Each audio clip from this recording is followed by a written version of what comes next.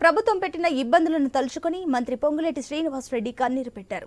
ఖమ్మంలోని భక్త రామదాస్ కళాక్షేత్రంలో right choice ఆధ్వర్యంలో ఏర్పాటు చేసిన ఆత్మీయ సత్కారంలో ఆయన పాల్గొన్నారు. ఇదే సమయంలో గత ప్రభుత్వం పెట్టిన ఇబ్బందులను గుర్తు చేసుకుని పొంగులేటి భావోద్వేగానికి లోనయ్యారు. తనను ఒంటరిగా చేసినప్పుడు కన్నీళ్లు పెట్టుకున్నానని, కానీ ఆ రోజు అభిమానులు బాధపడతారని ధైర్యంగా ఉన్నానని చెప్పుకొచ్చారు.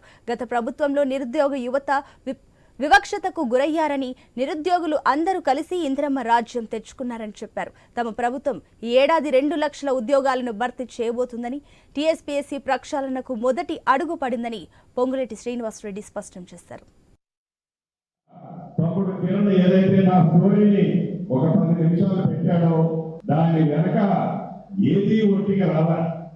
అనేక కష్టాలు, అనేక అవమానాలు, ఒంటరిగా ఉన్నప్పుడు అనేక సందర్భాల్లో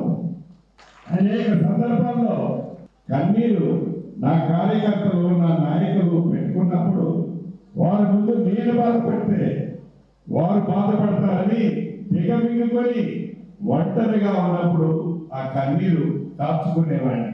ఆ కష్టం ఒట్టిగా పోలే.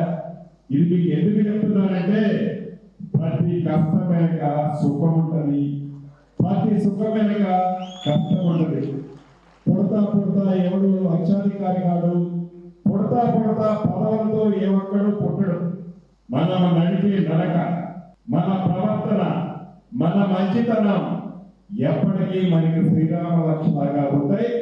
దాన్ని మీరు అందరూ మనసులో పెట్టుకొని కష్టం వచ్చినప్పుడు దిగమిగుకుందాం, సుఖం వచ్చినప్పుడు. ఈరోజు నేను రాష్ట్రంలో ఒక ప్రధానమైన మంత్రిలో చాలా ఉన్నతమైన స్థానంలో ఉన్నా.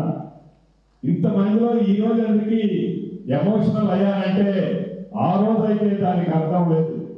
ఈ రోజైతే ఆ ఎమోషనల్కి అర్థమేదో మీరందరూ